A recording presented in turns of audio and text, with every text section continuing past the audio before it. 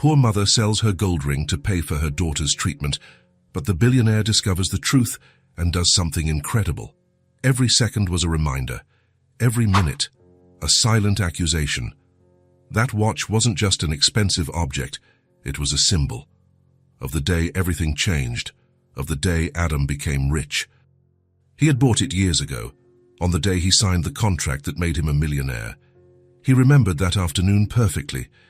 The conference room filled with lawyers in suits, papers scattered across the mahogany table, the gold pen feeling heavy in his hand. He was only 28, but he already knew what he wanted: success, power, financial security that no one could take from him. He signed the contract, shook hands, smiled for the cameras, and on the way home, he walked into a high-end jewelry store and bought that watch. The most expensive model in the display, Swiss, automatic, say, with a genuine leather strap. It cost the equivalent of an affordable car. But Adam didn't care. At that moment, the money seemed endless. He put the watch on his wrist and felt invincible. He had finally arrived where he always wanted to be. He was finally someone. But the years passed, and that same watch, which was supposed to represent victory, became something else. Ever since, the rhythmic ticking sound was the soundtrack to his loneliness. Adam woke up to that sound. He worked hearing that sound. He fell asleep when he could sleep, with that sound hammering in the silence. It was as if the watch wasn't counting the seconds, but everything he had lost along the way. The house was large, cold and silent, too large for one man alone. 3 floors, 7 empty bedrooms. A modern kitchen he never used because he always ordered takeout. Living rooms where no one talked. A backyard pool that had never been used. Everything was impeccable. The white walls, the gleaming marble floors, the designer furniture that cost fortunes. But the house had no soul. It was as beautiful as a magazine photo, and just as empty. The cold didn't come from the air conditioning. It came from absence, of human warmth, of laughter, of life. And the silence was deafening. There was no music, no voices, no sound of running footsteps, of slamming doors, of someone calling his name. Only the ticking of the watch, always the ticking. There were expensive paintings hanging on the walls. Adam didn't even remember how much he had paid for them. Abstract, modern, incomprehensible, the kind of art rich people buy because other rich people say it's important. They came with certificates, expensive frames, and stories about famous artists. But Adam felt nothing looking at them. They were just colors on canvases, investments, decoration. But not a single photograph. Not one photograph on the walls, no smiling faces, no framed memories, no happy moments frozen in time. Adam had taken them all down years ago, on a particularly difficult afternoon. He put everything in a cardboard box and threw it in the attic. He never went up there again. Looking at those photos hurt too much. Seeing her face, her smile, her tired eyes, still full of love. It was like opening a wound that had never properly healed. Success surrounded him, but his heart remained trapped in a distant time, the time when he still had his mother. She got sick when Adam was 12. Cancer. The word everyone whispered, but no one wanted to say out loud. He still remembered every detail, the smell of the hospital, the cold fluorescent lights, the constant beeping of machines. He remembered sitting by her bed, holding that thin, frail hand. He remembered making promises, a child's promises, impossible and sincere. When I grow up, I'm going to be rich, Mom. I'll pay for the best doctors. I'll take you to the best hospitals. You're going to get better, I promise. But she didn't. She died 6 months later, and Adam grew up carrying that guilt. He grew up thinking that if he had money, if he were powerful, if he were important, he could protect the ones he loved. He could prevent the pain. So he spent his whole life chasing it. He built a company, closed deals, worked day and night. He accumulated money, properties, power. And he only realized too late that he had forgotten to build a real life. Now he had everything, and he had nothing. That morning, Adam woke up as he always did, alone, in the middle of that huge, empty house. He made coffee that had no taste, read emails that didn't matter, looked out the window and saw the city waking up below. people going to work, children going to school, life happening. And there he was on top of the world, completely disconnected from it all. That's when he remembered the watch. He had sent it for repair last week. The second hand had gotten stuck. Ironic. An expensive Swiss watch that simply stopped working. Like his own life. Adam decided to pick up the watch he had sent for repair. Normally, he would have sent someone to do it. He had a driver, a secretary, assistants. People paid to handle his small tasks, but that morning, without quite knowing why, he wanted to go himself. He put on a grey suit, grabbed his car keys, left the silent house, a simple task, or so he thought. He didn't know, as he drove through the city streets, that this day would change everything, that this simple task would lead him to an encounter that would turn his life upside down. He didn't know that the ticking of the watch was about to get a new companion, the sound of a heart that had long since stopped beating. The jewelry store was small, lit by warm yellow light and impeccable display cases. Adam pushed the glass door and heard a small bell chime above his head. The place had an old, welcoming feel. It smelled of polished wood and metal. It was the kind of establishment that had been there for decades, resisting modern malls and designer boutiques. The display cases showed engagement rings, delicate necklaces, classic watches. Everything was arranged with care, each piece with its own small, handwritten tag. The yellow light gave the room an almost nostalgic tone. There was only one clerk, a thin man in his 50s, with glasses, wearing a vest over a white shirt. He was busy with someone. While waiting for the clerk, Adam looked around. Normally, when he would have been impatient, checked his phone, tapped his fingers on the counter, but that morning, he was strangely calm. He let his eyes wander over the displays without really seeing anything. That's when he noticed a woman at the counter. She had her back to him, bent over the glass, speaking to the clerk in a low voice. She wore faded jeans and a simple long-sleeved shirt. Her brown hair was pulled back in a messy ponytail, as if it had been done in a hurry. She was holding something between her fingers, an old ring. Even from a distance, Adam could see it was beautiful. Worked gold with a small ruby in the center, the kind of jewelry that carries history. The kind passed down through generations. Her face was tense and distressed. Adam didn't want to eavesdrop. He really didn't. But the shop was too small and he was too close. And there was something about the woman's posture, her slumped shoulders, her trembling hands, that caught his attention. "Please," she said to the clerk, her voice filled with urgency. "You have to give me a fair price. I really need this money." The man behind the counter took the ring and examined it with a small magnifying glass. He turned it over and over, placed it on a scale.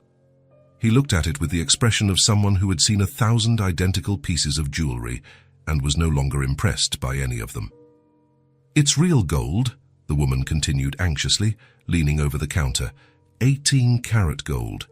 The ruby is real. It was appraised 3 years ago for $1,200. I have the certificate right here." She fumbled in her purse with trembling hands and pulled out a crumpled piece of paper. She held it out to the clerk as if it were irrefutable proof. The man gave it a quick glance and handed the paper back without interest. "That was 3 years ago," he said coldly. "The market has changed." "But it's a family heirloom," she insisted, her voice rising a notch. "It belonged to my grandmother. She brought it from Europe when she was young. It's over 70 years old. That has to be worth something." "It's worth something," the clerk replied, bored. $200. The woman turned pale. 200. "No, that can't be right. You don't understand. I need at least 5,000. My daughter. I need to sell it," she said, her voice breaking. "My daughter is in the hospital. She's going to have surgery, and I have nothing else." The words came out in a desperate rush. Adam, still on the other side of the store, felt each one like a punch to the gut. "Time, please," she continued, tears starting to well up in her eyes. "This ring is the most valuable thing I own. It's the only thing I have left from my grandmother. She gave it to me at my wedding, said I should keep it forever, that I should pass it on to my daughter one day." Her voice failed. She wiped her eyes with the back of her hand, embarrassed to be crying in front of a stranger. "But my daughter is sick," she went on, now almost in a whisper. She's 5 years old. 5. And she needs this surgery. Or I don't know what will happen. The doctor said it can't wait, so I have no choice. I have to sell it. This ring is all I have to trade for her life. The man behind the counter offered a low price. $200, he repeated, emotionless. That's what I can pay. Take it or leave it. There was no compassion there. No humanity. It was just business, just numbers. But that's only 200, she said, desperate. The surgery costs 5,000. How will I get the rest?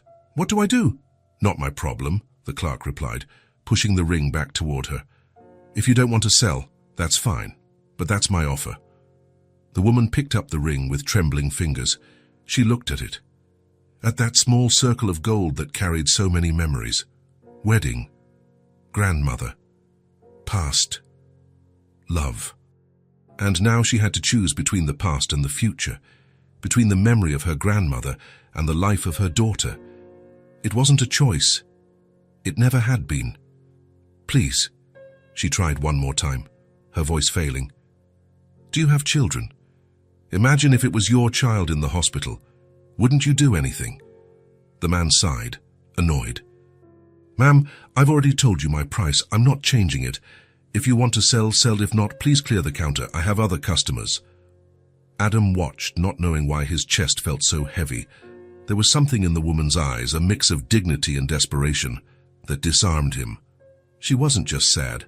She was broken, but she still held her head high. Still tried to negotiate, still fought. He knew that fight.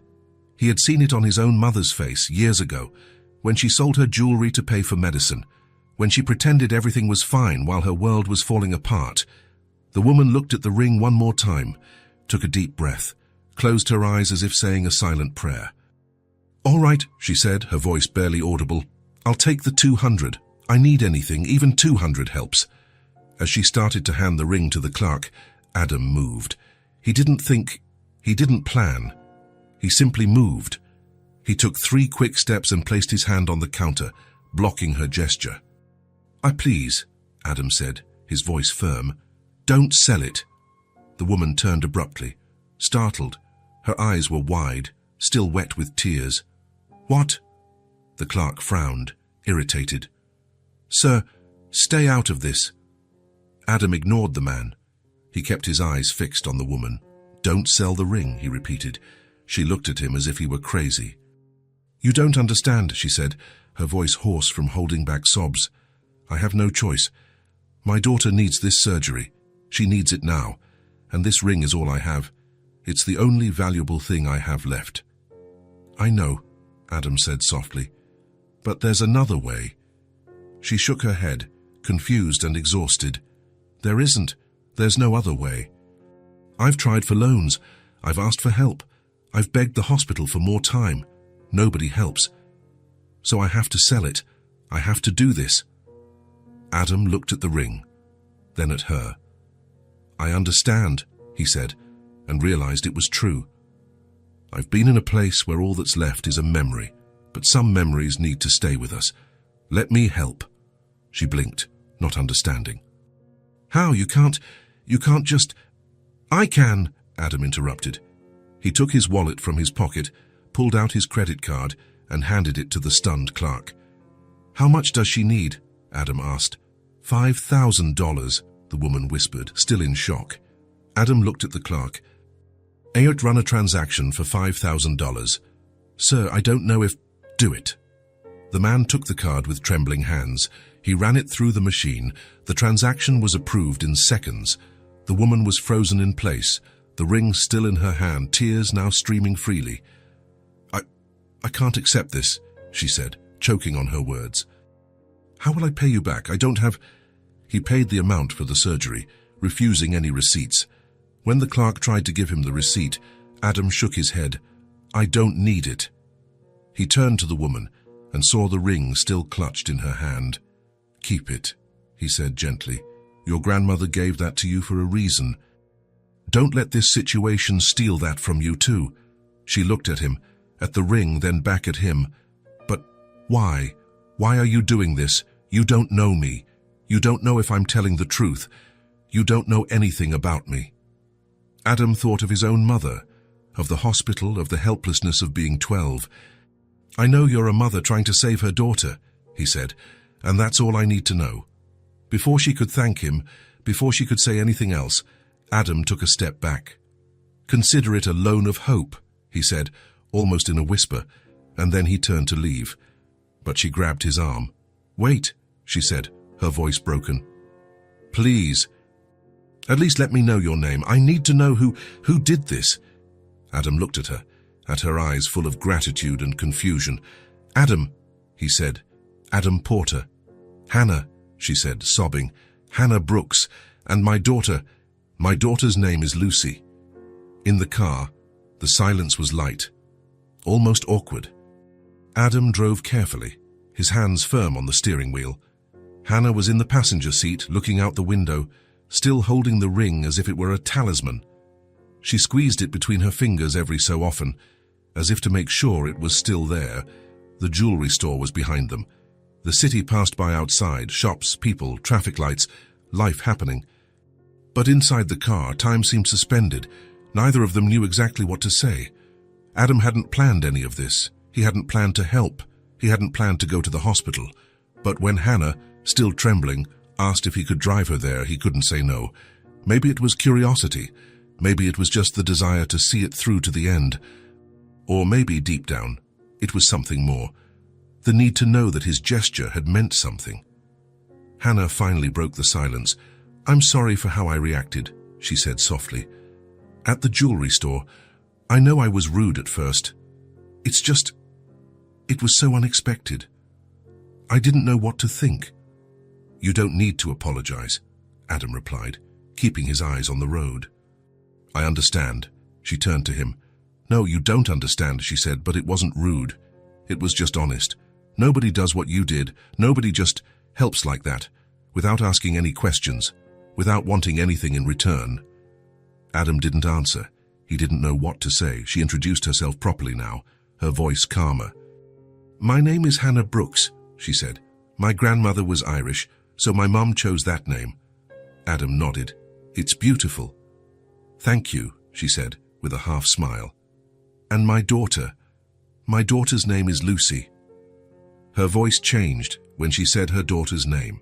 It became softer, fuller with love. "Lucy is 5, Hannah continued, looking at her own hands. "She'll be 6 in December. She was born premature, 2 months early. The doctors said she might not survive, but she fought. From the very first day, she fought." Adam listened in silence. "She has a brave heart," Hannah said, and there was pride in her voice now. "Braver than mine, for sure. She never complains, never cries. Even when she's in pain, she smiles, says she doesn't want to see me sad." Hannah wiped away a tear that escaped. "Sorry," she said, laughing without humor. "I guess I'm talking too much." "No," Adam said quickly. "You're not. Go on." There was something genuine in the way he said it. Hannah noticed. "Oh, the problem with her heart," Hannah began, her voice trembling. "The doctors found it 6 months ago. They said she would need surgery, but that we could wait a little. But last week she fainted at school, just collapsed in the middle of recess." Hannah closed her eyes as if reliving it was too painful. "But when we got to the hospital, the doctor said we can't wait anymore, that it has to be now, this week, or her heart might.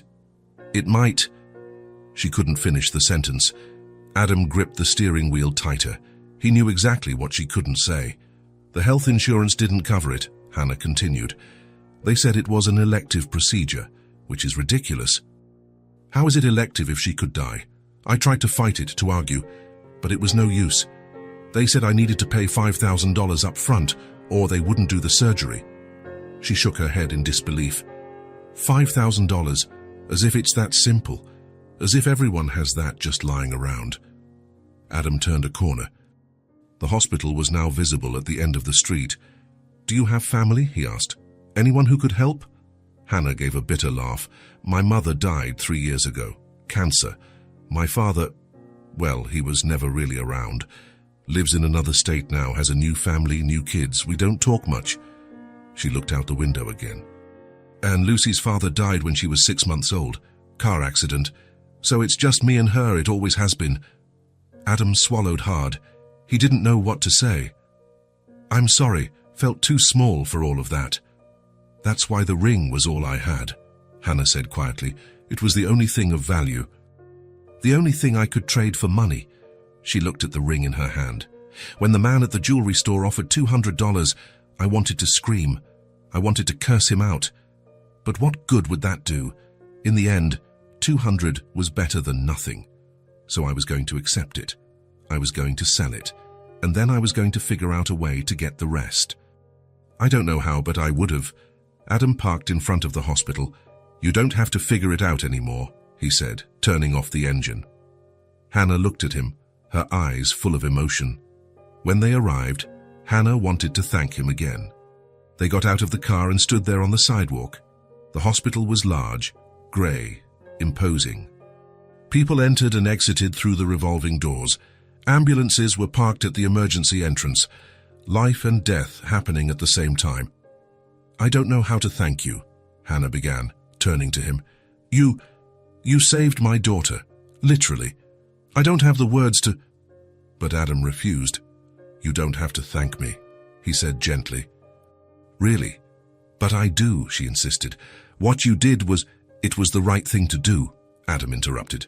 That's all. Hannah was silent for a moment, studying his face, trying to understand who this strange man was who had appeared out of nowhere and changed everything. Just let me see if she's okay, Adam asked, surprised by his own words. He hadn't planned to ask, but it came out naturally. He needed to see. He needed to know that it had been worth it. Hannah smiled, the first genuine smile since they had met. Of course, she said. Of course you can.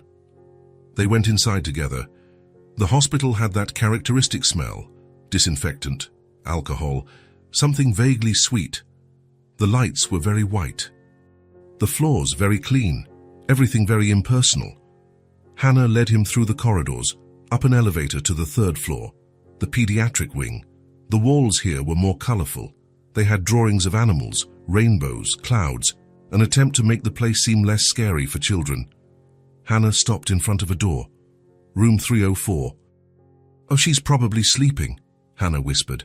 She sleeps a lot because of the medication. She pushed the door open slowly. In the children's room, little Lucy was lying down, hugging a teddy bear.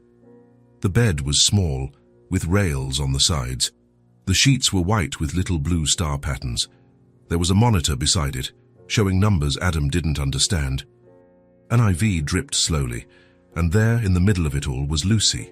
She was small, too small to be in a hospital, too small to be sick. Her blonde hair, not brown but light and blonde, covered the pillow like a golden halo. She wasn't sleeping. Her curious eyes, a surprising light blue, searched for the visitor's face. Lucy looked first at her mother, then at the strange man in the suit beside her. She tilted her head, curious. "Mommy," she said, her voice soft but tired. "Is that the new doctor?" The question came with a small but genuine smile, a tired smile from someone who was far too used to doctors. Hannah entered the room, approaching the bed. Adam stayed at the door, unsure if he should come in. "Dunno, sweetie," Hannah answered, laughing through tears. "He's a friend." Lucy looked at Adam again, sizing him up. "A friend," she repeated, skeptical. "But I don't know him." "You'll get to know him now," Hannah said, gesturing for Adam to come closer. He entered slowly. His footsteps echoed in the quiet room. He stopped at the foot of the bed, not knowing what to do with his hands. Lucy watched him with those clear, intelligent eyes. Adam knelt beside the bed, getting down to her level. "Hi, Lucy," he said softly. "My name is Adam." "Hi," she replied, hugging her teddy bear. "This is Mr. Cuddles." She held up the teddy bear for him to see. It was old, faded, with one eye slightly crooked. "A pleasure, Mr. Cuddles," Adam said seriously. Lucy giggled, a short but real laugh. "Can I be your friend too, Lucy?" Adam asked. She thought for a moment, seriously, as if it were an important decision. "You can, if you promise me one thing." "What's that?" Lucy looked him in the eyes, determined. "Just that you'll come back tomorrow." Adam felt something tighten in his chest. He smiled. "I promise." Lucy smiled back, satisfied. "Then, you can be my friend." The little girl's gaze, pure, trusting, fearless, broke through the defenses he had built up for years. At that moment, kneeling beside that hospital bed, looking at that small, brave child, Adam felt something change inside him. Something that was broken began to mend. Something that was dead began to breathe again. In the following days, Adam returned. The day after his first visit, he showed up at the hospital at 3 in the afternoon. He brought a small bag with shiny red apples. Lucy loved them, saying they were the prettiest apples she had ever seen. She ate a whole one slowly, savoring each bite as if it were the most delicious thing in the world. The next day, he came back with a set of colored pencils, 12 vibrant colors in a tin case, and a drawing pad with a hard blue cover. Lucy got excited in a way Hannah hadn't seen in weeks. She spent the whole afternoon drawing giant flowers, houses with smoking chimneys, Mr. Cuddles with a king's crown. On the third day, he brought nothing but himself. He arrived empty-handed, just with a shy smile. And he realized it was enough. Lucy was just as happy to see him as on the other days. On the 4th day, he brought seedless grapes. On the 5th, a children's storybook with colorful illustrations. On the 6th, just a yellow flower he bought from a street vendor. Always with something simple: fruit, colored pencils, or just his time. Adam never arrived with expensive or extravagant gifts. No tablets, electronic toys, or giant stuffed animals that took up half the room. Just small, thoughtful things, chosen with care along the way. He would stop at a fruit stand 3 blocks from the hospital. He got to know the owner, an old Italian man who always recommended what was freshest: juicy pears, seedless grapes, red strawberries when they were in season, sweet cherries. Lucy ate slowly with pleasure and always saved something for her mother. "Mommy likes strawberries," she would say, setting aside the biggest ones, or "This pear is for Mommy." Hannah always accepted, touched by her daughter's gesture. Hannah was surprised with each visit. At first, she thought Adam would come once or twice out of politeness. Maybe out of guilt, maybe out of pity. But he kept showing up every single day, always in the mid-afternoon, when the sun streamed through the window of room 304 and made everything warm and golden. He would sit in the chair next to the bed. Sometimes he talked. Sometimes he just sat there in a comfortable silence, reading the newspaper while Lucy drew or did puzzles. His presence was calm, without pressure, without asking for anything in return. Lucy laughed easily, even between tests. She had a crystal-clear, bubbling laugh that seemed impossible for someone so small and so sick. A laugh that filled the room and spilled into the hallway, making nurses smile as they passed. She laughed when Adam tried to draw and made a dog that looked more like a duck in a hat. She laughed when he imitated funny voices, a rusty robot, a horse pirate, a witch with a cold. She laughed even on the hard days, when the nurses came to draw more blood or run more uncomfortable tests. "You tickle without touching," she told him once, trying to explain. Adam didn't quite understand, but he smiled, curious. "Tickle without touching? What do you mean?" "Yeah," Lucy said, swinging her little legs under the blanket. "You come in and the room feels lighter, like when Mommy opens the window at home and fresh air comes in, you know, that air that makes you breathe better." Adam was speechless. He felt something tighten in his chest. No one had ever said anything like that to him. No one had ever described his presence as something good, as something that brought relief. "Thank you, Lucy," he said softly. "I think that's the most beautiful compliment I've ever received." Lucy smiled, satisfied, and went back to her coloring. She made him laugh too, a shy laugh, long forgotten. At first, they were just polite smiles, small, restrained. Adam wasn't used to laughing. He had forgotten what it was like. But slowly, Lucy started pulling genuine laughter out of him. Deep laughs, the kind that makes your stomach hurt and your eyes water. She had a unique way of seeing the world. She would say absurd things with the utmost seriousness, as if they were universal truths. "If I were a bird, I'd be a chicken," she declared one day, out of the blue in the middle of a drawing. Adam looked at her, confused and amused. Why? Because chickens don't fly very high, but they lay eggs, Lucy explained, very seriously. And eggs turn into cake. And everyone likes cake, so I'd be useful. The logic was flawless. Adam laughed so hard he had to wipe his eyes. Hannah woke up from her nap in the chair, startled, thinking something had happened, or when Lucy found out Adam owned a construction company. "So you build houses?" she asked, incredibly impressed. "That's right. Buildings, too." Lucy's eyes widened. "Dad, did you build my house?" "No, I don't think so," Adam said, laughing. "What's the address?" Lucy frowned, thinking, "Street, something. It has a number and a tree in the front." "Very specific," Adam joked. "You could build us a new house then," Lucy suggested excitedly. "A really big one. With 3 bedrooms. 3. One for me, one for Mommy, and one just for Mr. Cuddles." Adam pretended to consider it seriously. "A whole room for Mr. Cuddles. Does he need that much space?" "Of course," Lucy said, as if it were obvious. "He's a very important bear. He needs a big bed, a wardrobe, and a window with a garden view." Adam promised that when she got out of the hospital, he would draw up a complete blueprint for a house just for Mr. Cuddles, complete with a private bathroom. Lucy clapped her hands and made Adam promise again, holding out her pinky finger to seal the deal. The afternoons became a routine, a good routine. The first truly good routine Adam had had in years. One afternoon, while Hannah was sleeping in a chair, Lucy asked a different kind of question. She was coloring a picture, a huge yellow sun with a smiling face and sunglasses. Adam was reading a book beside her, something he had picked up from the small hospital library. The room was peacefully quiet, just the sound of the pencil scratching on paper and the soft beep of the heart monitor. Lucy stopped coloring. She put the pencil down.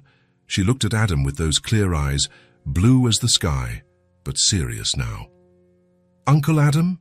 she called out, softly so as not to wake her mother. He closed the book, marking his page with his finger. "Yes. Why do you come here so much?" The question caught Adam completely off guard. He blinked, not sure how to answer. "Because I like talking to you," he said, honestly. Lucy tilted her head to the side, studying him carefully. Her blonde hair fell over her shoulder. "But don't you have work? Mommy said you're important, that you have a company, that you have meetings and a lot of people who work for you." "I do," Adam admitted. "I have all of that." "Then why aren't you there?" Adam thought about the answer. He really thought, "Because nothing there is more important than being here." Lucy seemed to accept the answer, but she didn't look away. She continued to study his face, as if she were reading something written there. "You look sad sometimes," she said, very softly. Almost a whisper. Adam felt a painful squeeze in his chest, as if someone had gripped his heart tightly. No one had ever said that to him. No one had noticed, or maybe they had noticed and simply didn't care enough to comment. People don't ask how you are for real. They just ask out of politeness, expecting an automatic, "I'm fine." But this 5-year-old girl saw right through him. She saw the sadness he carried like a heavy coat, every day, for years. He was silent for a moment. He thought about lying, about saying everything was fine, that it was just fatigue, that it was just work weighing on him. But he looked at Lucy, at those honest, non-judgmental eyes, and he couldn't. "I lost someone I loved very much, a long time ago," he said, his voice low and hoarse. Lucy dropped her pencil. All her attention was on him now, focused, present. "Who?" she asked simply. "My mother." Lucy processed the information. Then she asked, when with the gentleness only children can have, "Did she go to heaven?" "She did," Adam replied, grateful for the kind way she put it. "Your daughter?" Lucy asked, confused. Adam shook his head. "No, Lucy, I don't have any children. It was my mother." Lucy frowned, trying to understand. "But you're already big. You're a grown-up. How did you lose your mum?" Adam smiled, but it was a sad, heavy smile. "She died when I was still a kid. I was 12. He looked at his own hands, large and strong, resting on his knees. "I was little and she got sick," he continued, his voice cracking a bit. "Very sick. Cancer. She needed expensive treatments, imported medicines, specialist doctors, and we didn't have the money for it." Adam swallowed hard. The memories came in waves, the hospital smell, the cold lights, his mother's thin hand in his. "I couldn't help. I was just a kid. There was no way for me to earn money. There was nothing I could do but sit by her side and watch her." "Go!" The words came out with an old pain buried for decades. He had never talked about this, not like this, not with this raw honesty. "I promised her that when I grew up, I would be rich," Adam continued, his voice breaking. "I promised I would pay for everything, that I would save her, but she didn't wait for me to grow up." The silence that followed was thick. Lucy was very still, processing everything she had heard. Then, slowly, she reached out her small hand and took his large one. Her hand was warm, small, fragile, but the gesture had enormous weight. "So you're helping my mommy because of her?" Lucy asked, her eyes shining with understanding. "Because of your mom?" The question hit him with a sweetness. It hit him like an unexpected wave, so simple, so direct, so absolutely true. Adam had never thought of it that way. He had never put it into words, but Lucy, with that strange wisdom children sometimes have, had understood everything. She had seen what no one else had seen. He was helping Hannah and Lucy because he couldn't help his own mother. He was trying to fix the past through the present. He was trying to save someone because he hadn't been able to save the one he loved most. "I think so, Lucy," he said, his voice completely choked up now. "I think so." A tear escaped. He didn't try to hide it. He let it fall. Lucy squeezed his hand tighter. Then she leaned forward and hugged his arm, resting her little blonde head on his shoulder. "Your mum would be happy," she said with absolute conviction. "She would be very proud of you." Adam closed his eyes. He took a deep breath. Something that had been trapped for so long was letting go. An old pain was beginning to heal. "Fjord, thank you for helping us," Lucy whispered against his arm. "Thank you for being our friend." Adam couldn't answer. He just nodded and let the little girl hug him, while Hannah slept and the afternoon sun painted everything golden. They stayed like that for a few minutes, in silence, just holding each other. Hannah began to realize how much of a difference Adam's presence made. She saw her daughter excited, in a way she hadn't seen in months. She saw Lucy looking forward to the afternoons, always asking, "Is it 3 o'clock yet, Mommy? Is Uncle Adam coming?" And he always came. He never failed. Hannah also saw the small gestures, almost imperceptible, but that meant everything. He had simple gestures. He would adjust the blanket when Lucy moved in her sleep and became uncovered. He bought fresh flowers, simple daisies, cheerful sunflowers, to replace the ones wilting in the small vase on the windowsill. He told stories that made Lucy laugh so hard the nurses would stop in the hallway to listen. He never asked for recognition, never expected gratitude, never demanded anything.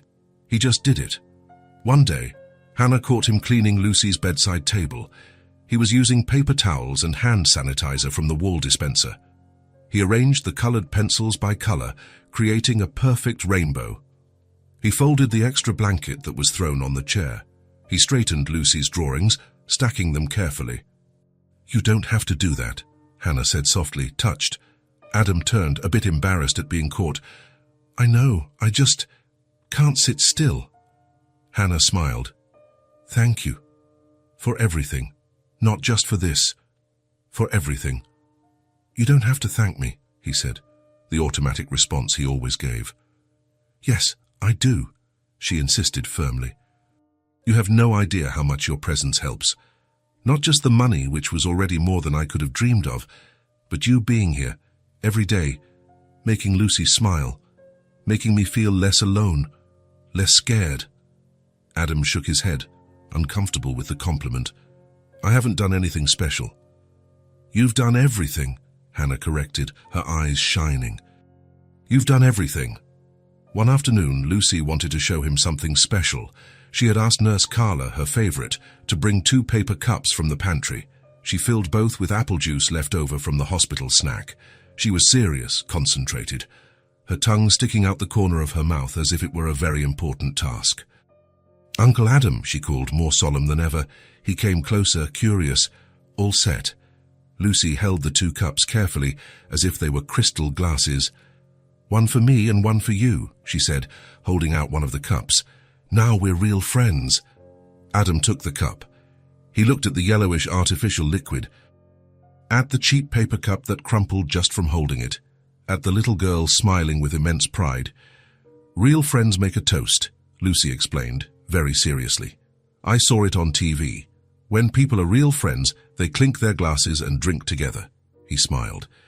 A real big, luminous smile that completely transformed his face. "Then let's make a toast," he said, raising his cup. Lucy raised hers too. They clinked the cups lightly, making the paper bend a little and almost spill. "To real friends," Lucy said, beaming. "To real friends," Adam repeated, his voice choked with emotion. They drank the juice together. It was awful, artificial, too sweet, probably full of dye and sugar. But to Adam, it was the most important drink he had ever had in his life. The simple scene was etched in his memory. That night, when he returned to his huge, empty house, Adam couldn't stop thinking about that moment, about the apple juice, the paper cup, Lucy's smile, the sincere way she had said real friends. He had closed million-dollar deals. He had shaken hands with mayors, governors, powerful businessmen. He had toasted with $1,000 bottles of champagne at gala events. But nothing, absolutely nothing, had meant as much as that paper cup of cheap hospital juice.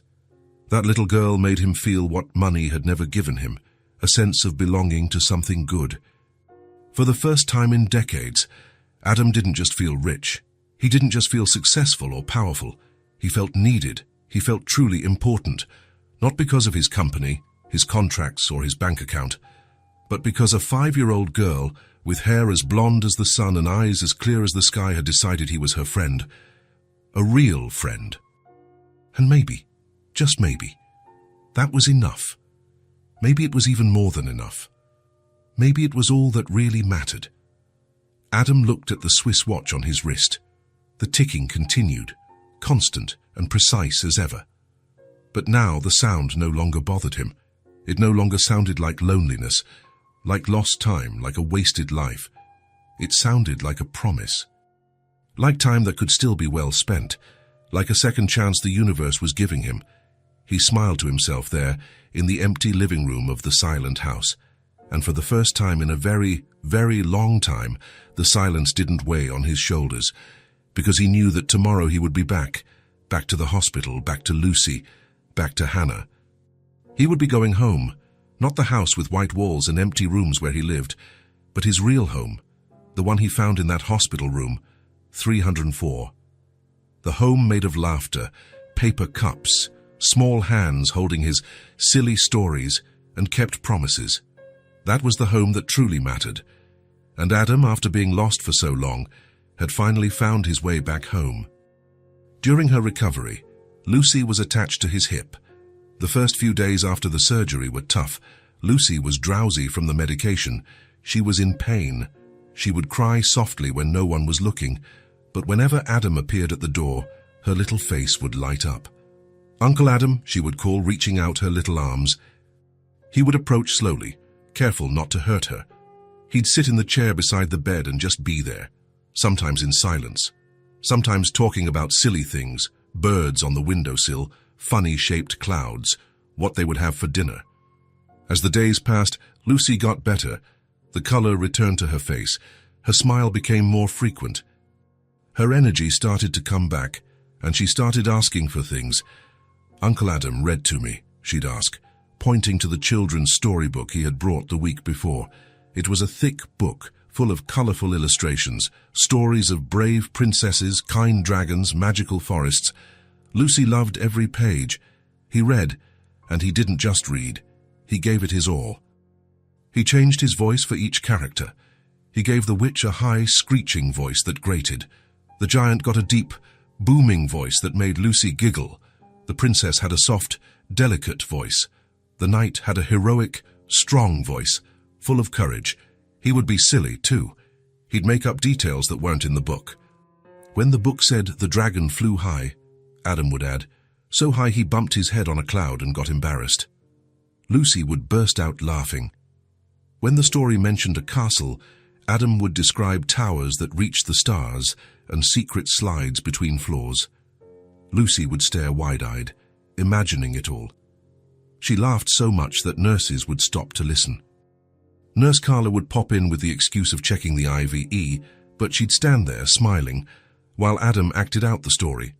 Nurse Marcus would pretend to adjust the curtains just to hear the end of the lost night's adventure. Even Dr. Santos, always serious and hurried, would slow her pace in the hallway when she heard the funny voices coming from room 304. Once, she stopped at the door and stood there for 5 whole minutes, completely forgetting she had other patients waiting. "That man should be in theater," Carla once remarked to Hannah, laughing as she organized the medications. Hannah just smiled. She knew it wasn't theater. It was something much deeper. It was Adam letting himself go completely. Letting his defenses down, being who he really was without fear of looking silly or ridiculous. Lucy asked for the same story over and over. The Princess and the Dragon of the Mountains was her absolute favorite. Adam already knew it by heart, but he always read it as if it were the first time, with the same enthusiasm, the same energy, the same surprise at the plot twists. "Again, Uncle Adam," Lucy would plead, clapping her hands when he finished. "Again, but we've already read it 3 times today." "But I love it, please." And he would read it again, because he couldn't deny her anything. One afternoon, Lucy was particularly lively. She had eaten well for lunch, mashed potatoes and shredded chicken. The doctors had said her recovery was going better than expected. She wanted to really play. "Uncle Adam, be the dragon for real," she demanded excitedly, tossing Mr. Cuddles in the air. "What do you mean, for real? Get up and do it. Walk around the room making dragon noises. Fly, breathe fire." Adam looked around. The room was small. It had medical equipment. Wires hanging, IV stands, not exactly the ideal place for a dragon performance. But Lucy was looking at him with those blue eyes full of expectation and joy. So he stood up.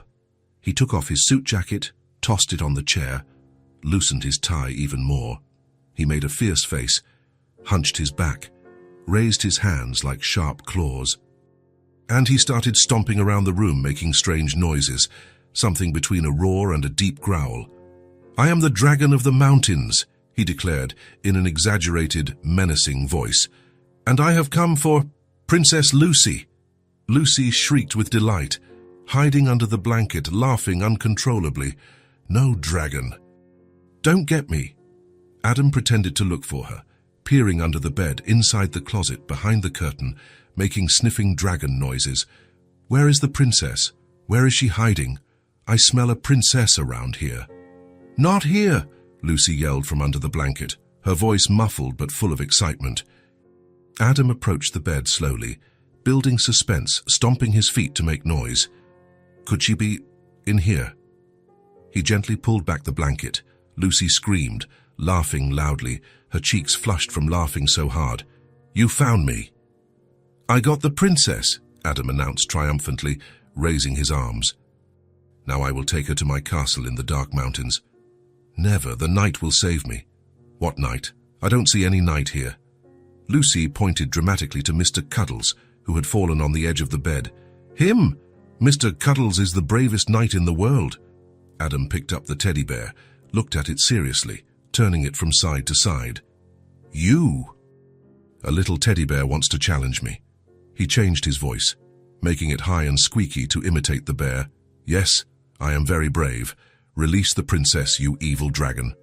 The performance continued for another 15 minutes. Adam switched between the fierce dragon and the brave teddy bear knight. Lucy participated, giving suggestions, changing the story midway, inventing wild plot twists. "Now the dragon slips on a banana peel," she would shout, and Adam would pretend to slip, nearly falling for real, making all sorts of faces. Her laughter echoed down the hall. It was loud, crystal clear, contagious, and full of life. 3 nurses appeared at the door, curious. They stood there watching the performance, smiling like children. Hannah arrived at that exact moment. She had gone to the cafeteria for a coffee. She came back to find that scene. Adam in the middle of the room, his shirt all wrinkled, holding Mr. Cuddles like a sword, making funny voices, while Lucy laughed in her bed, her cheeks pink with pure joy.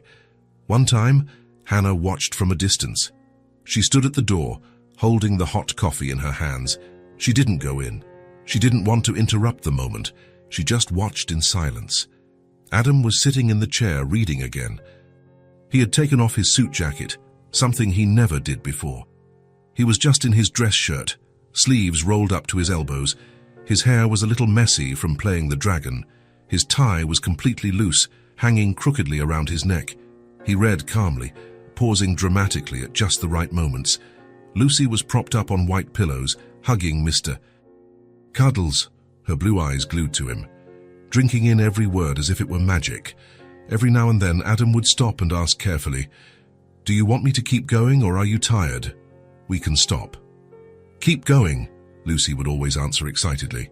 "It's not over yet." There was something about the scene that touched Hannah deeply, in the very core of her soul.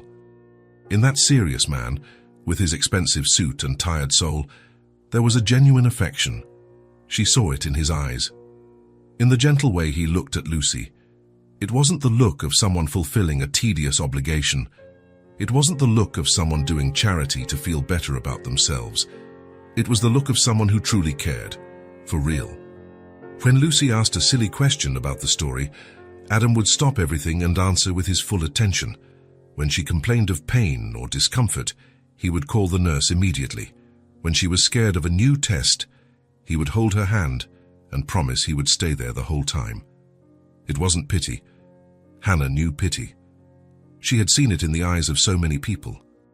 At church, from neighbors, from acquaintances who would show up with food and excuses to leave quickly, that look of pity mixed with discomfort, that desire to help, but also to get out of there quickly, to return to their own comfortable, problem-free lives. Adam had none of that in his eyes. It was love, the kind of love that heals without needing words. The kind of love Hannah had only seen once before in her life, in Lucy's father, in the husband she had lost so many years ago. That patient, generous, unconditional love that asked for nothing in return, the kind of love that simply exists just because. Hannah felt her eyes well up. A warm tear ran down her cheek. How had this man appeared in their lives? Why had he chosen to help them, of all people, on that day in that jewelry store? She had no answers, but she didn't need them anymore either. Sometimes life just gives you gifts without explanation, and the only right thing to do was to accept them with gratitude. Adam looked up at that moment and saw Hannah standing in the doorway. "Hi," he said softly, so as not to startle Lucy. "Hi," Hannah replied, discreetly wiping her eyes with the back of her hand. "Want to come in? We're reading about the fairy who was afraid to fly." Hannah shook her head, smiling. "You guys continue. I just came to see how she was doing." Lucy waved excitedly, raising her arm. "Mommy, Uncle Adam does the funniest voices. You have to hear the dragon." "I heard it from the hallway," Hannah said, her smile widening. "My daughter's laugh is impossible to miss." Adam smiled back. There was something different about him too, something lighter, more relaxed, as if a huge weight had finally been lifted from his shoulders. "Oh, she's recovering very well," he said. "Thanks to you," Hannah replied, her voice thick with emotion. "Thanks to the doctors," Adam corrected. "I'm just here, that's all." "Just being here," Hannah said, soft but firm, "is sometimes all someone needs." A few weeks later, Lucy was discharged. The day was a pure celebration. Lucy woke up early, too excited to stay still. The doctors ran the final tests, checked the surgical stitches, measured her blood pressure, listened to her heart. Everything was perfect. Dr. Santos entered the room with a smile, a rare sight for her. "You can go home, young lady," she said, signing the discharge papers. Lucy shouted with joy and hugged Mr. Cuddles so tight she almost ripped his head off. Hannah cried, this time good tears, tears of relief, of gratitude. Adam was there too, leaning against the wall, smiling. Carla and Marcus came to say goodbye. They brought a heart-shaped balloon and a drawing that all the nurses on the shift had signed. Lucy promised she would come back to visit. "Guy, but just to visit, okay," Marcus said, joking. "I don't want to see you as a patient again." "I promise," Lucy said seriously, making a Scout's honor sign. In the car on the way home, Lucy didn't stop talking. She listed everything she was going to do: play in the yard, sleep in her own bed, eat cookies from the hidden tin in the kitchen. Hannah laughed, driving slowly, still processing that they were finally going home. Adam had offered to drive them, but Hannah insisted she wanted to. It was symbolic. It was her taking back control of her own life. But before they said goodbye in the hospital parking lot, Lucy made a request. "Uncle Adam, will you visit us at home?" she asked, holding his hand through the car window. "If your mum lets me," he replied, looking at Hannah. Hannah wanted Adam to visit them. "Of course I'll let you," she said, smiling. "You're part of this story now. It would be weird if you didn't show up anymore." Lucy clapped her hands. "Tomorrow. Come tomorrow." "Lucy, let Uncle Adam rest," Hannah said, laughing. "It's okay," Adam said. "Tomorrow is perfect." And so he did. The next day, at 3 p.m, his usual time, Adam rang Hannah's doorbell. It was a small house in a quiet neighborhood. It had a white wooden fence, a little chipped, a yard with patchy grass, some flowers planted in simple beds, a clothesline with clothes swaying in the wind. The house was simple but full of life. You could feel it before you even went inside. There were toys scattered on the porch. A small bicycle leaned against the wall. Lucy's drawings were taped to the living room window. Hannah opened the door with a smile. "Come in." "Sorry about the mess." "There's no mess at all," Adam said, looking around. And it was true. There were things out of place. Yes, crooked cushions on the sofa, magazines piled on the coffee table, shoes by the door. But it wasn't a mess. It was life happening. It was a house where people actually lived, not just existed. So different from his house. So different from that cold, silent museum. "Uncle Adam!" Lucy shouted, running in from the hallway. She was wearing a yellow dress with flowers. Her blonde hair was down, shining in the light from the window. She looked like a completely different child from the one in the hospital, full of energy, full of color. "Come see my room," she said, pulling his hand. "Lucy, let Uncle Adam breathe," Hannah said, laughing. "It's okay," Adam said. "I want to see it." Lucy's room was small but cozy. The walls were painted light blue. Drawings were taped everywhere. A single bed with star-patterned sheets, shelves with books, toys, stuffed animals. Mr. Cuddles had a place of honor on the bed. "This is where I sleep," Lucy announced, as if it were a palace. "It's beautiful," Adam said, and he was being sincere. After the house tour, Lucy wanted to play in the yard. "Let's play tag," she said, already running. "Lucy, you just got out of the hospital," Hannah reminded her. "You can't run too much." "But I'm all better." "The doctor said so." "She said you were recovered. Not that you could become an Olympic athlete," Hannah said, but she was smiling. Lucy ran around the yard, and Adam tried to keep up with her. He was completely clumsy. He wasn't used to playing like this. He didn't know how to run properly without looking ridiculous. He tripped over his own shadow. Lucy was much faster, even after her surgery. "Got you?" she yelled, touching his back. "No fair, you're too fast," Adam complained, laughing. "Now you're it." Adam chased after her, pretending to be slower than he was. Lucy screamed with joy, dodging him, hiding behind the tree in the yard. Hannah watched from the porch, sitting on the steps with a glass of juice in her hand. "Watch the flowers," Hannah shouted, laughing, when Adam almost stepped on the daisy bed. "Mommy, Uncle Adam runs so slow," Lucy teased, her hands on her hips. Adam stopped out of breath, resting his hands on his knees. He wasn't used to exercise. He spent his days sitting in meetings, behind desks, inside cars. Hannah looked at him with a gentle smile. "He's done enough running in his life," she said, in a tone that had layers of meaning. Adam understood. She wasn't just talking about physically running. She was talking about his whole life, the constant hustle, the non-stop work, chasing things that never fulfilled him. Adam stopped completely. He stood there in the middle of the yard, still breathless but smiling. "And that's why I've learned that the best thing is knowing where to stop," he said, looking around, at the simple yard, at the small house, at Lucy laughing, at Hannah smiling at him. And he realized he was exactly where he wanted to be. The afternoons became frequent. Adam visited 2-3 times a week. Sometimes he brought something, fruit, a simple toy, flowers for Hannah. Sometimes he just showed up. A quiet afternoon, a few days later, changed everything. Lucy was playing on the porch, building a tower with colorful blocks. Mr. Cuddles supervised beside her. Hannah and Adam were talking in the living room, sitting on the sofa. She had made lemonade. The ceiling fan was spinning. A breeze came in through the open window, carrying the smell of cut grass. The conversation was light at first, about the weather, about Lucy, about how well she was adjusting to being home. Then Hannah asked a question. "You've always owned a construction company, right?" she asked, swirling the lemonade in her glass. "Yes, since I was young," Adam replied. "I started small, worked as a construction worker first, learned the trade, saved money, started my own company in my early 20s. He told her how hard it was at the beginning, how he would wake up at 5 in the morning, how he would do estimates at night, how he fought for every contract. "You must be proud of your journey," Hannah said. "I should be," Adam replied, "but I'm not always." Hannah looked at him, curious, but she didn't press. They were silent for a moment, the sound of Lucy's blocks falling and her laughing to herself. Then Hannah looked at the floor. Her eyes grew distant.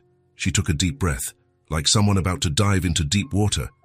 "My husband died in a work accident 5 years ago," she said, her voice low but steady. Adam froze. He wasn't expecting that. "He was a construction worker," Hannah continued. "He worked on big sites, buildings, bridges. He earned good money. We were saving up to buy a bigger house." She looked out the window, at Lucy's drawings taped to the glass. "One day he didn't come home. The company called and said there had been an accident, a loose beam, inadequate safety equipment. He fell from the 5th floor." Adam's stomach churned. "The company never helped us," Hannah said, and now there was a hardness in her voice. "They said it was his fault, that he wasn't using the equipment properly, that he had been negligent." She shook her head. "But he wasn't. I knew my husband. He was careful, always. It was the company's fault for cutting corners on safety, for rushing the job, for putting pressure on the workers." Hannah looked directly at Adam now. "I tried to sue, I tried to get some compensation, but the company had expensive lawyers. I had nothing. In the end, I got nothing. Not even an apology." Adam sat in silence. He didn't recognize the specific case. His company had hundreds of employees, dozens of sites operating at the same time. He didn't know every name, every story, but he felt the weight of her words like stones on his chest. How many families had suffered like this because of decisions made behind a desk? How many men had died while he signed contracts without reading the safety reports? How many widows had knocked on his company's door only to be sent away by cold lawyers? He had always known deep down that his company wasn't perfect, that it cut costs, that it rushed deadlines, but he had never put a face to the consequences. He had never sat in front of someone who lost everything because of those decisions. "I'm so sorry," Adam said, and the words felt so small, so inadequate. "It's not your fault," Hannah said softly. "You had nothing to do with it." But did he?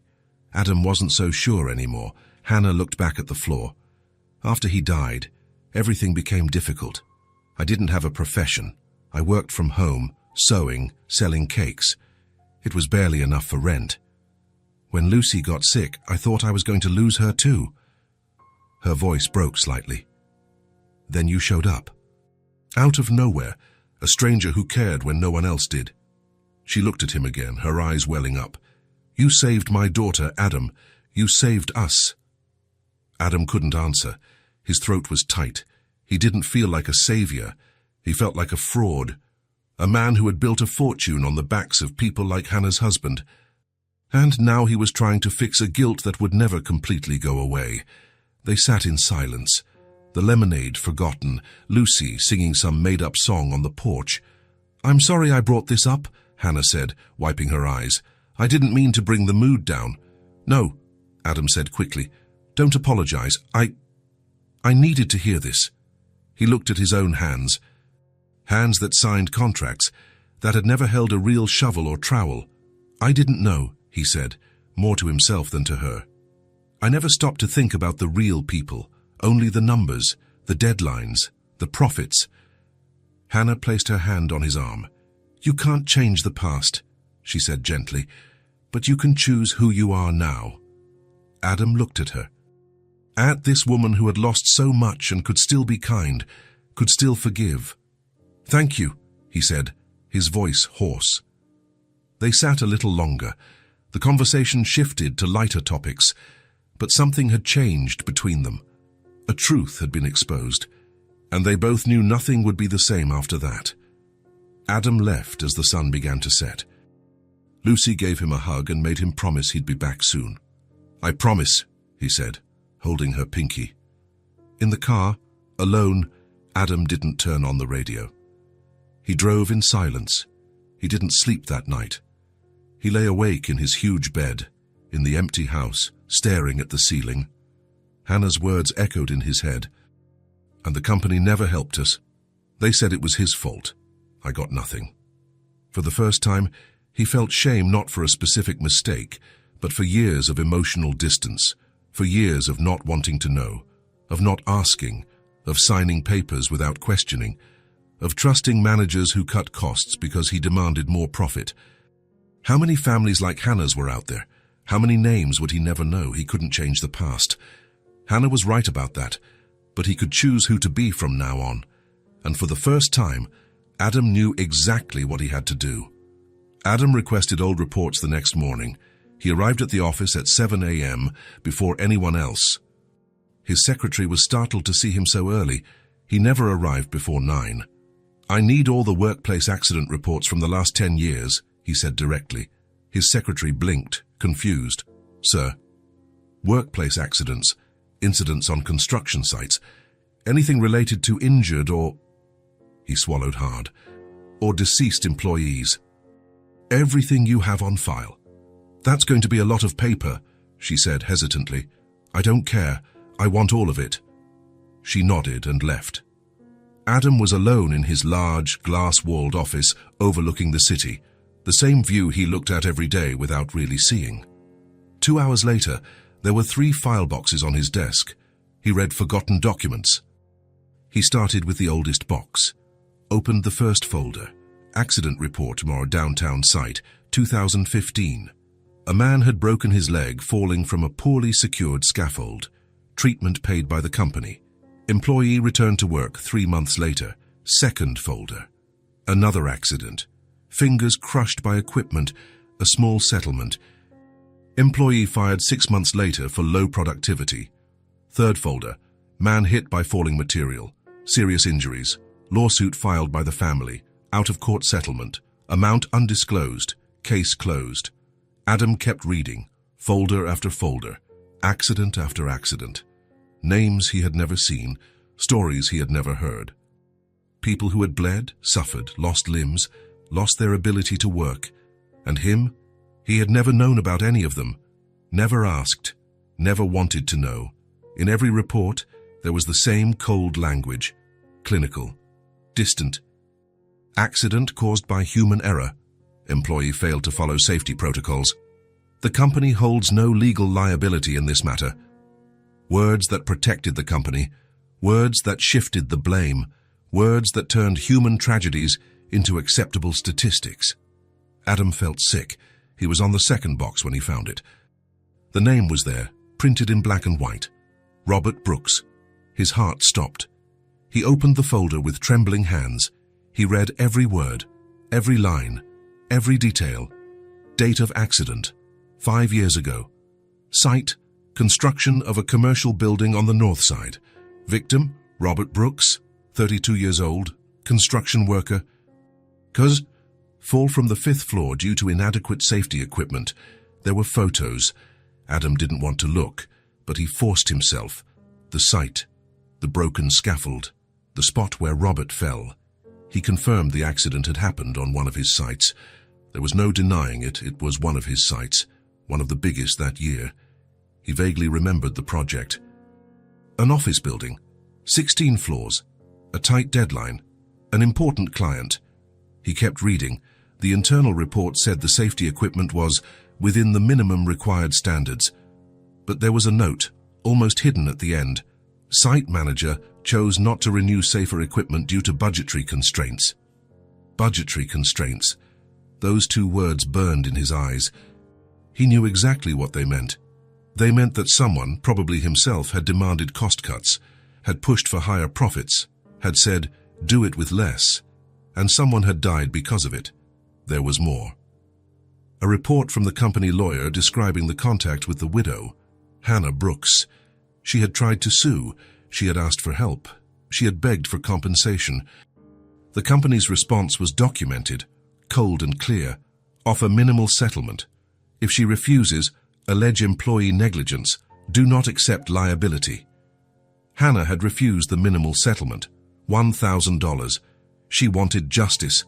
She wanted someone to take the blame. So the company had done exactly what the lawyer recommended.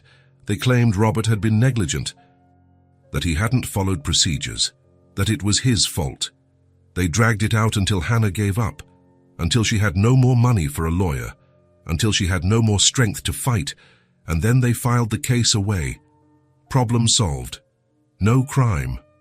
Just coldness. Adam closed the folder. He rested his head in his hands. Technically, no crime had been committed. Everything had been done within the law. The lawyers had made sure of that. There was nothing illegal, but there was something deeply, terribly wrong. No compassion. No one in the company had looked at Hannah and seen a person, a widow, a desperate woman trying to support a young child. They had only seen a legal problem, a financial risk, something to be minimized and filed away. And Adam, where was he when all this happened? Probably in a meeting, or closing another deal, or dining at some expensive restaurant, living his life, completely oblivious to the suffering his company had caused. He picked up the phone and called the chief legal officer. I need to speak with you. Now.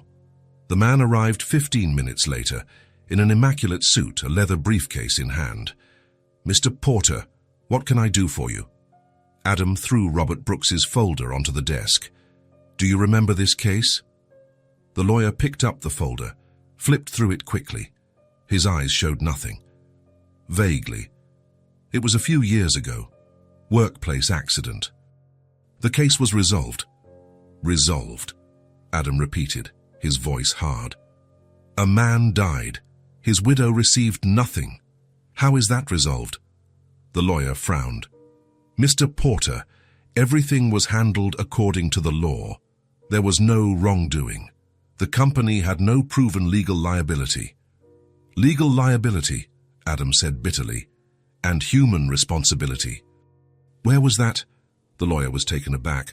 Sir, I just followed protocol. It's my job to protect the company. Protect the company, Adam repeated, and the people. Who protects them? The man didn't answer. He just stood there, uncomfortable. You can go, Adam said tiredly. Just, go. When he was alone again, Adam went back to the folders. He read about every accident, every name, every story reduced to cold paragraphs. Carlos Silva, 28, loss of vision in one eye, compensation, $5,000. Jose Santos, 45, fractured spine, permanent disability, fired due to staffing cuts. Miguel Rocha, 38, hands burned by a chemical, no proper protective gear. Case dismissed. They were people, real people, with families, with dreams, with lives that were destroyed or forever altered. And Adam had been the one ultimately responsible. The owner, the one who signed off on everything. I didn't know, he thought. And it was true. He really didn't know the details. He didn't know these names. He hadn't followed these cases. But what hurt the most was knowing that he had never cared to know. That was the truth that cut the deepest. He could have known. He could have asked. He could have demanded detailed reports. He could have visited the sites. He could have talked to the employees. He could have cared, but he didn't. He was too busy building his empire, too busy accumulating money, too busy being successful. People were just numbers, operating costs, human resources, not even truly human, just resources. Adam looked out the window. Down below, the city was bustling, people going to work, building, living. Some of them probably working on his sites at that very moment. How many of them were safe? How many had proper equipment? How many were at risk because someone had decided that profit was more important than safety? He picked up the phone again. He called the head of operations. "I want a full safety audit of all our construction sites, all of them, immediately." "Sir, that's going to cost—" "I don't care what it costs," Adam interrupted. "I want to know if our employees are safe. If they're not, I want it fixed. Now." Silence on the other end. "Understood, sir." Adam hung up. He looked at the Swiss watch on his wrist. The ticking continued, steady, but now every second felt like an accusation. Every minute that passed, a reminder of how much time he had wasted being blind. He couldn't change the past. He couldn't bring Robert back. He couldn't undo the suffering Hannah had been through, but he could choose who to be from now on. He could choose to open his eyes, to care, to see people as people, not as numbers. He could choose to have a conscience, and maybe, just maybe, that was a start. Adam went home that night with the 3 boxes of reports. He placed them all on the living room table. He was going to read every single one, every name, every story. He was going to know because not knowing was no longer an option. He went to Hannah's house 3 days later. Adam didn't call first. He didn't let her know he was coming. He just got in his car and drove. It was 2 in the afternoon on a sunny Saturday. The kind of beautiful day that seemed to mock the weight he carried inside. He rang the doorbell. He heard light footsteps on the other side. The door opened. Hannah was wearing a floral apron, her hands dusted with flour. She must have been baking. When she saw Adam at the door, her face lit up. She greeted him with a smile. "Adam, what a nice surprise." Come in, come in." But when she got a better look at him, her smile faded a little. Concern appeared in her eyes. "Is everything okay? You look different," Adam finished for her. "I know." And he did. He looked different. Lighter, in a way, but also heavier, in another. As if he had dropped one burden only to pick up another, more important one, more human.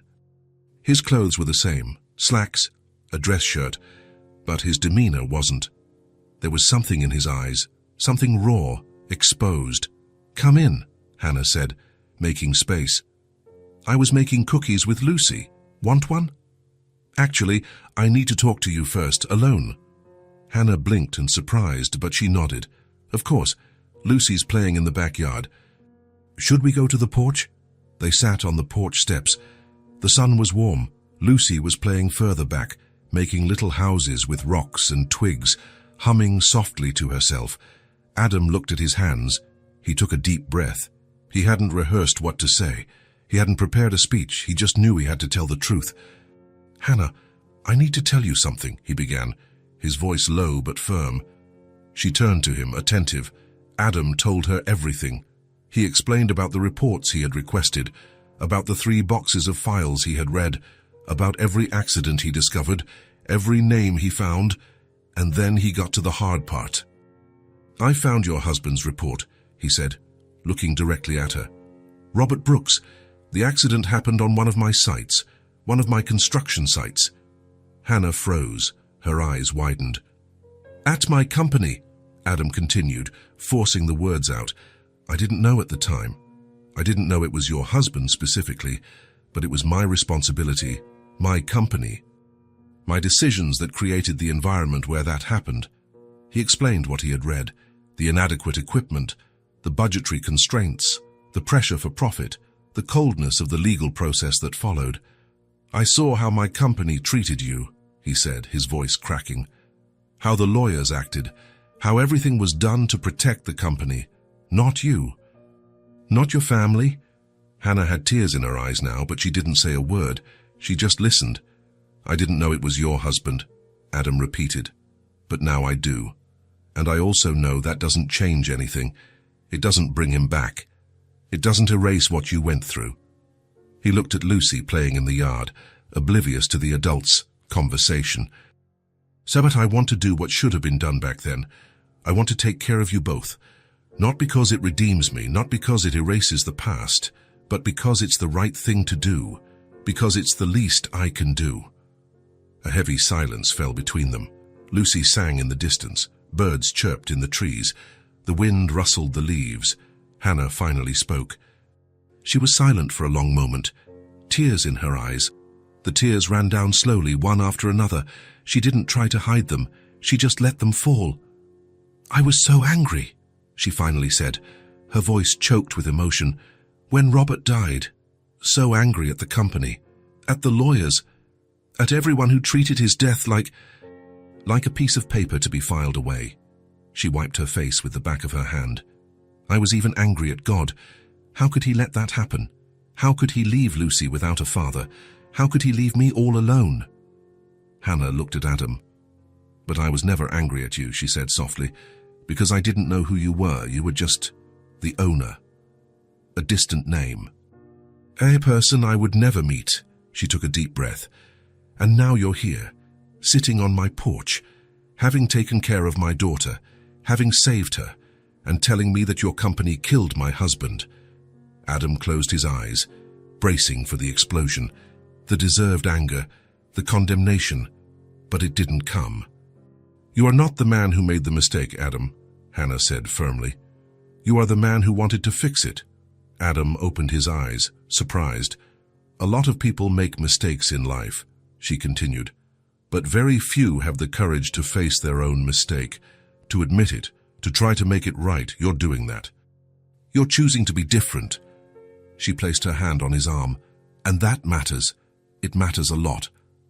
Adam felt something break inside him, a dam that had been holding everything back for days. He bowed his head and cried. He cried for the Robert he never knew, for Hannah who suffered alone, for Lucy who grew up without a father, for all the names in those boxes of reports, for all the years he had wasted being blind. Hannah let him cry. She stayed there, her hand on his arm, in supportive silence. When he finally composed himself, wiping his face on his shirt sleeve, Hannah gave a sad smile. "Thank you for telling me," she said. "For being honest. For caring." Adam nodded, not trusting his own voice yet. In the days that followed, Adam acted. He set up a trust fund in Lucy's name. It wasn't a small amount. It wasn't symbolic. It was substantial. Enough to guarantee the girl's complete education, from grade school through university. Enough to provide financial security for Hannah as well. He hired the best lawyers, not the companies, different ones, and made everything legally protected. The money was Lucy's. No one could touch it. It would be released in stages as she grew up. He also created a clause. If anything happened to him, the fund would continue.